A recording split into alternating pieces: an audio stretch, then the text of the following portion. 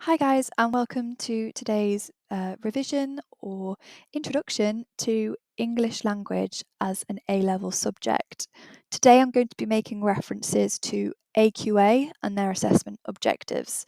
So whilst this may be quite useful for you, if you do take another exam board, please bear in mind that I'm using AQA assessment objectives. Let's get in. If you want to test your knowledge right now and kind of maybe revise a few terms, see what you can think of on the spot, it could be a good idea to pause here and answer some of these starter questions to check you know some of these concepts. If you're unsure, that's completely okay. We will be going over this in the content of today's lesson. So well done if your language levels look like mine. I will disclaim that whilst graphology is at the top of this pyramid, it by no means means it's the most important. In fact, we'll come to find it actually isn't so important as some other categories. So this triangle here, we have graphology, lexis and semantics, grammar, phonetics, phonology and prosodics, pragmatics and discourse. So these would be your language levels. But as I said, doesn't necessarily mean they come in this order of importance. And we may come to find here in the assessment objectives, assessment objective 1, these top bands of marks actually refer to students doing better when they mention semantic patterns, pragmatic features, and textual structure. So it does seem to be relevant what you choose to analyse in how well those arguments are put across. Not to say that you couldn't argue graphology really well, but this seems to be indicative that students perform better when they analyse these features. Students by data were more likely to get average on that level 3 band if they limited themselves to talking about graphology and lexical or semantic features. So do bear that in mind when we review this pyramid. So if certain students mentioning certain language levels puts them in a better position to get more points, let's focus or at least let's get down some aspects and some features of those language levels that seem to do really well. So pragmatics is the implied meanings of words, utterances, and speech acts in their specific contexts. This is all to do with reading in between the lines and not literal meaning. So you could almost argue the opposite of that. What the intention is underneath people's speech and people's words, and can include anything from politeness maxims, how people come across and don't say what they think because there are certain social codes. We're expected to be polite. Even if things don't always go our way. So therefore, should I be rejected from a job offer? Am I going to say what I really think, or will I reserve some level of dignity because I am concerned about my reputation moving forward? So that's how our choices can interfere with saying what we really mean. And pragmatics looks at what's the implied meaning behind certain things, not the literal meaning. Here are some key terms. I'm not going to go through all of them. So again, great opportunity to pause, jot anything down that seems a bit unfamiliar. However, I do have one example because it would be really great if you could get super familiar with these. The data shows students who can use pragmatics and pragmatic analysis with more confidence tend to score a bit higher. So challenge yourself and don't just go for graphology. Think, consider, how can I see irony in this text? How can I see deixis in this transcript? So I will give you one example from those key terms that you can write down, screenshot, however you take your notes. So deixis refers to a group of words that rely on specific context to be understood. And I'm talking about that, this, these, those. Their technical term is called demonstrative pronouns because they usually require demonstration to make full sense. So, for example, these two people are having a conversation. I want those trainers. There are trainers in sight. Therefore, this makes sense. However, if this conversation was recorded or somebody was on the other end of the phone and they heard, I want those trainers, they're going to struggle to identify which trainers are being referred to, and they don't have the full context of the conversation. So therefore, deixis requires spatial, temporal, and modal context, which means it relies on the mode, the time, and the space. And I say the mode because now we are so connected that somebody could be on the end of the phone but not be able to visually see what is being referred to. So the other feature that scored really high on the assessment objectives are semantic patterns. So students who were able to correctly identify and analyse semantic patterns. So once again, use this as an opportunity to screenshot, jot down anything that doesn't sit right with you, that's not familiar to you. And then I'm going to give you one example of semantic patterns. So there is a second slide I'm going to move on to. And I'm using here in both of these definitions the AQA A-level English language glossary of key terms, and all of these can be found on the AQA website.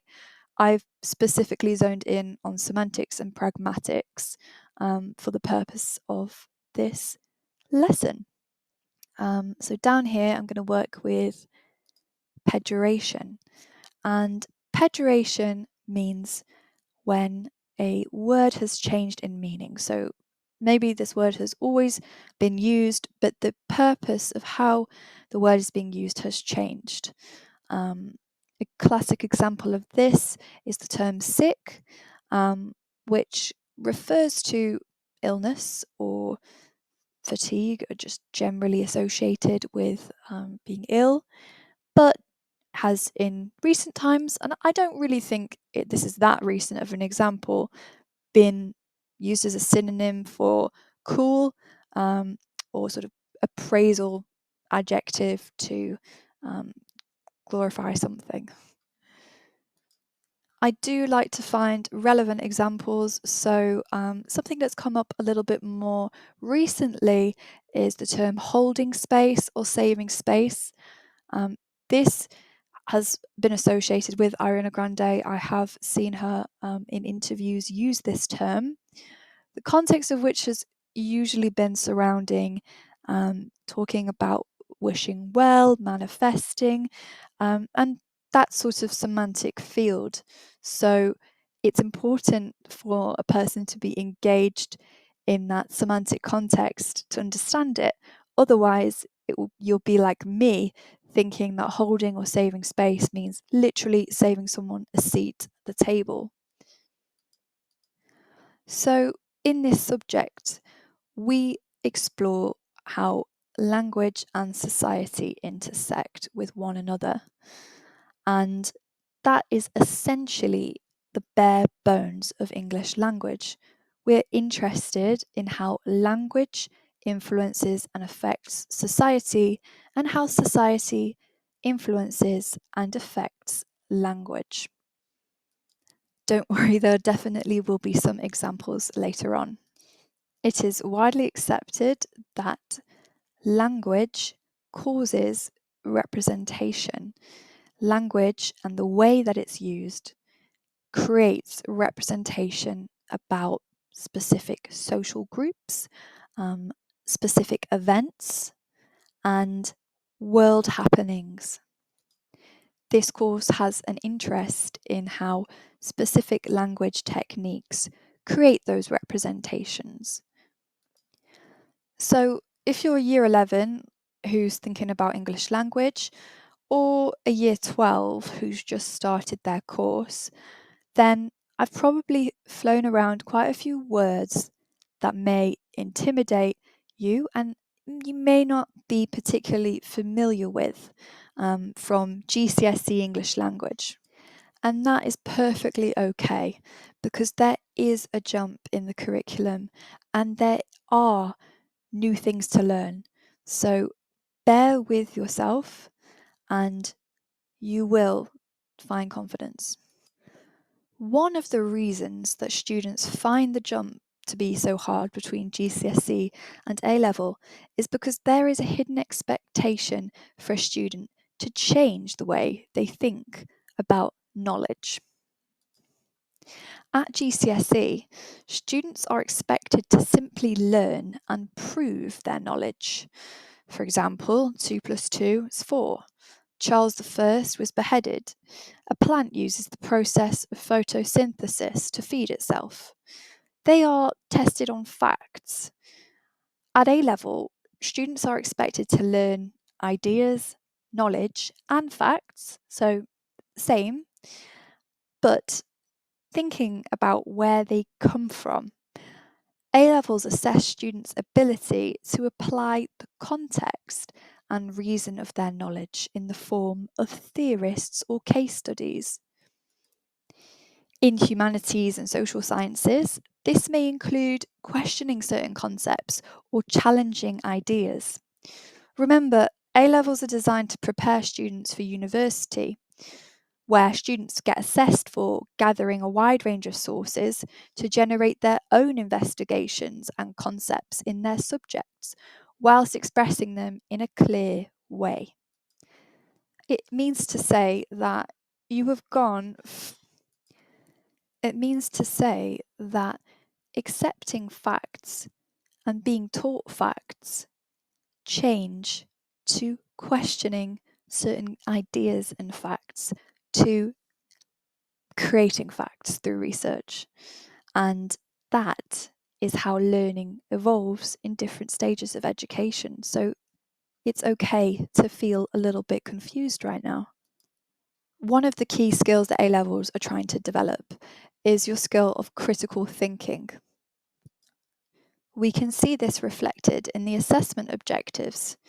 AO3 is 25%, and that includes significance and influence of context. So being able to identify that, of how texts are written and received. Your AO5, 12.5%, is about identifying or responding with informed and different interpretations. So why is it so important to question knowledge?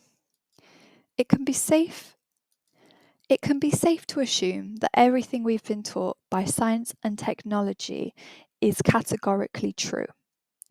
But did you know in the Middle Ages, people believed that lambs grew from trees? And did you know people believed that the Earth was the centre of the universe?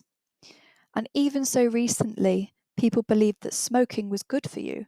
In fact, doctors tried to advertise smoking being good for you.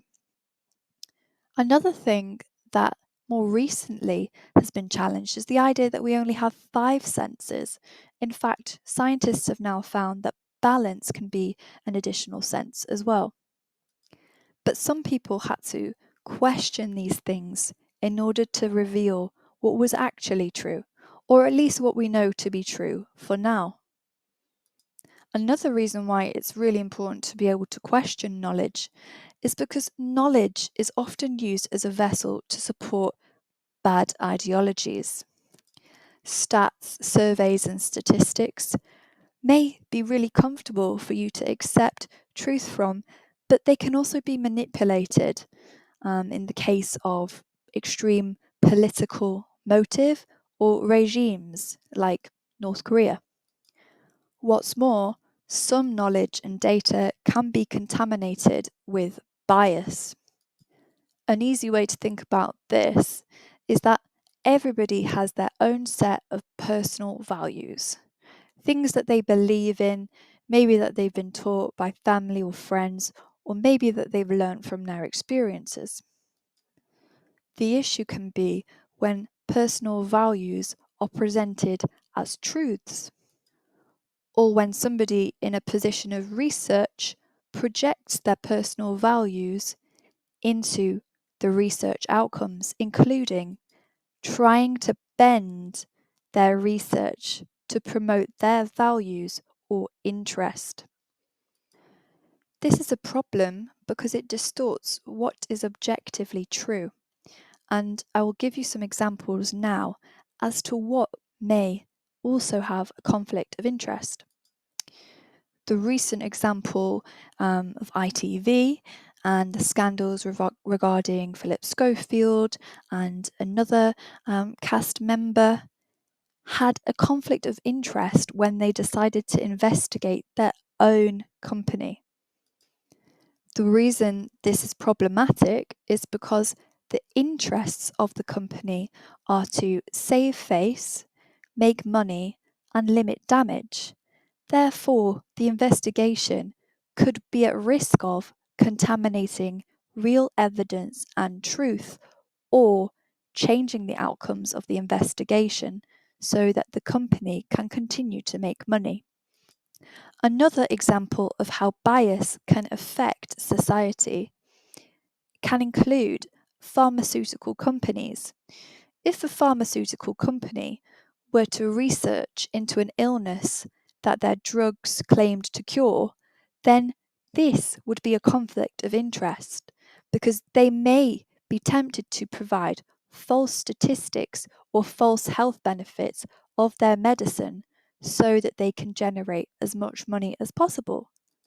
Somebody actually did this, believe it or not, and at the University of South Carolina, a man, a scientist, used or manipulated data on Alzheimer's and stroke treatments. This meant that he changed the outcome of the research for dementia in order to base and create a drug for his own company, meaning he would make money based on research that wasn't true.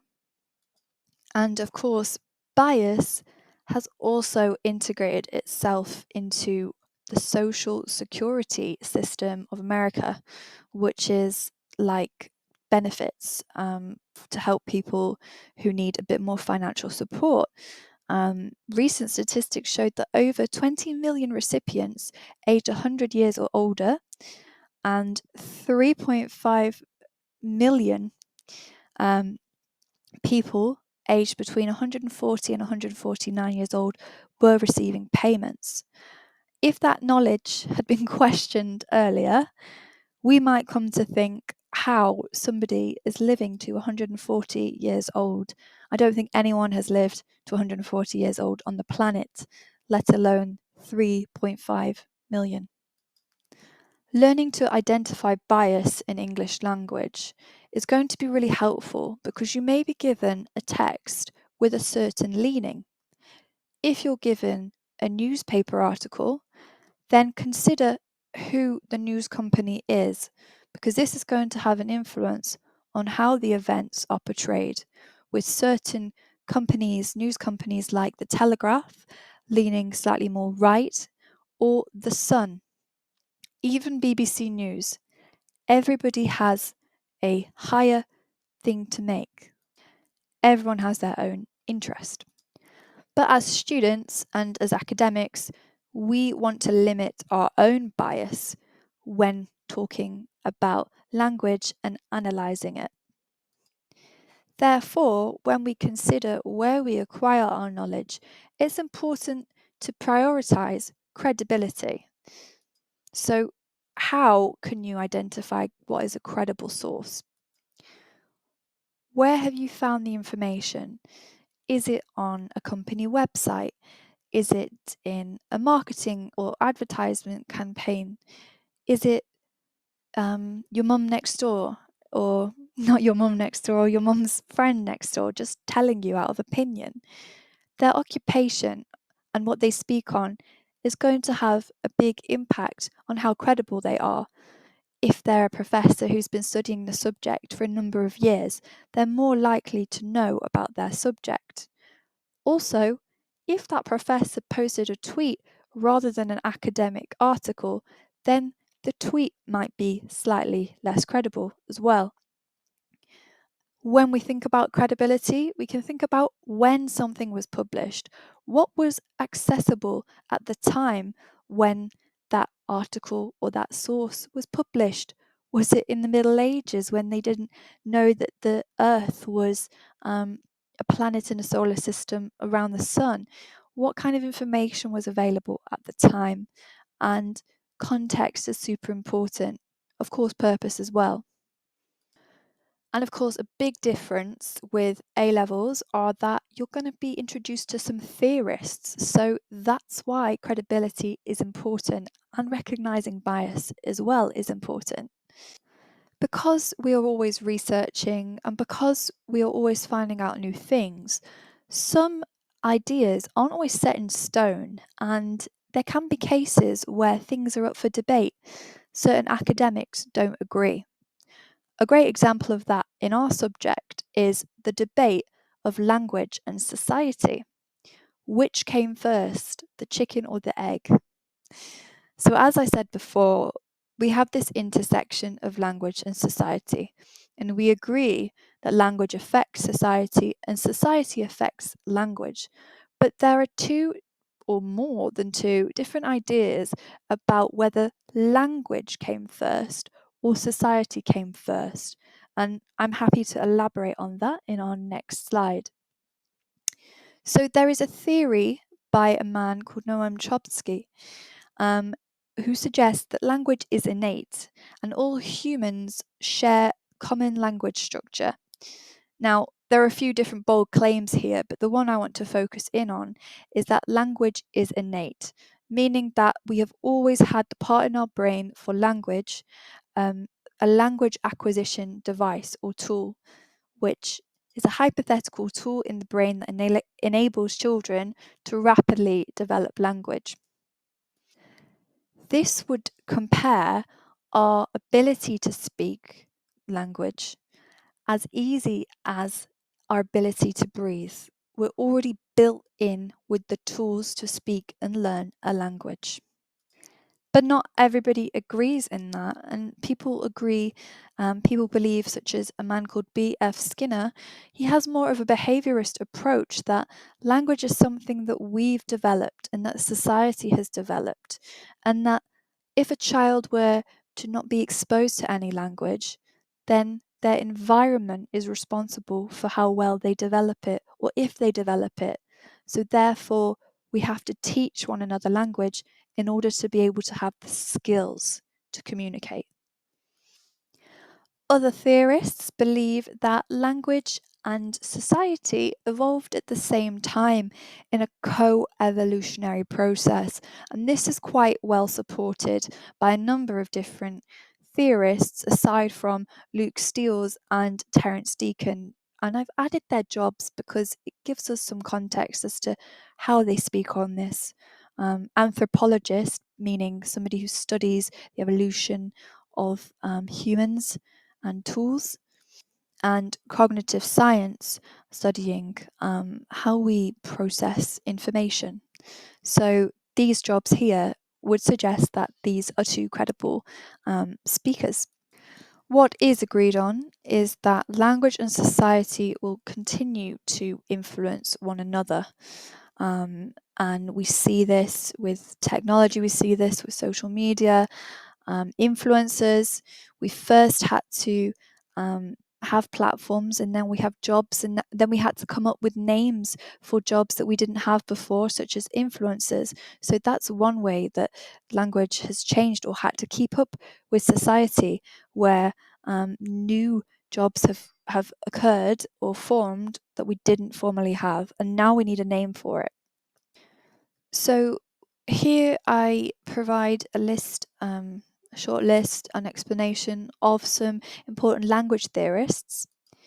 These are some people or concepts you can read up on, and their ideas are concerned with the relationship between language and society. So, not so much did language come first, did society come first, but looking at how they affect one another. So, I'll read out Critical Discourse Analysis by Norman Fairclough examines how language use reflects and reinforces power structures. So this is an idea that he puts forward, and is a framework for looking at language. Howard Giles' accommodation theory introduces the idea that speakers adjust their speech style to converge with or diverge from their interlocutors. So, looking at ideas of either mirroring certain speech patterns or actually leaning the other way and removing certain speech patterns or deliberately um, creating some sort of opposite speech pattern with the person you're speaking with. Interlocutor is someone that you're engaged in a conversation with. And down here, I've got a picture of a police interrogation because they are trained to mirror body language in order to gain trust, in the same way that we can mirror our speech to gain trust or improve communication. So, I've said a lot of words, and what do they actually all mean? What does it all boil down to in this subject? Well, knowledge. And I think it's important to reference that what does knowledge mean in the context of this subject? Well, this is going to mean your vocabulary, this is going to mean the grammar that you do or don't know. So those terms, those pragmatic terms, those semantic effects, do you know them? Can you use them? Can you see them in a text? And can you make a link into how that is represented? That is what we're referring to with knowledge. And also, of course, knowledge of theorists, knowledge of interpretations that you can weave into your responses. Context is going to mean a number of different things. It's going to mean the context of the writer. What is their sort of occupation? What's their intention with the text? If it's newspaper or an article, there is always going to be some intention to entertain. So you have to think about how information or language can be manipulated to entertain, and get sort of clickbait in a way that makes money. So, thinking about modes as well and what their purpose is. If we're going to use theorists, where have we got them from? Where have they got their knowledge from? Does anyone disagree with that? Can you make a counterpoint, and say, well, this person says this, however, it's disagreed upon? And yes, this is going to be all about application, all about recognizing what texts are given to you and how to break them down to create meaning. And I'll leave you with a couple of acronyms that I've found super useful. These are some questions you can ask yourself about a text when you're analysing it for a certain representation. Is the representation positive or negative? Does it empower or disempower any certain group? Is there stereotyping? Is stereotyping reinforced here? What kind of theory frames or supports the techniques that you're seeing in the text? What kind of ideology does this promote? It's also going to be super important to comment on the context of genre. Is it a tweet? Is it a transcript? What's going on in the text? Is it a piece of advertisement? Has it been written to grab attention or written to sell you something? What kind of techniques are you going to see in that? Persuasiveness? Audience, who is it designed, who is it intended to be read by or consumed by? What's the mode? Mode would refer to exactly what it is. such as transcript, tweet, a post, an advertisement, like we were discussing. And ultimately, what is the point? Everything is written and produced for a point. What is the goal? What is the ultimate goal behind the text, and how have they used techniques to create that? And then what representations have been created as a cause of that? So these are really key things to anchor yourself in and to remind yourself what the course is about and what you should be picking up on. This is very brief, very introductory, very bare bones. We've not gotten into any texts or actual applying this or these concepts yet, but this is sort of how to be thinking like A-level English language, and I hope this has been useful to you.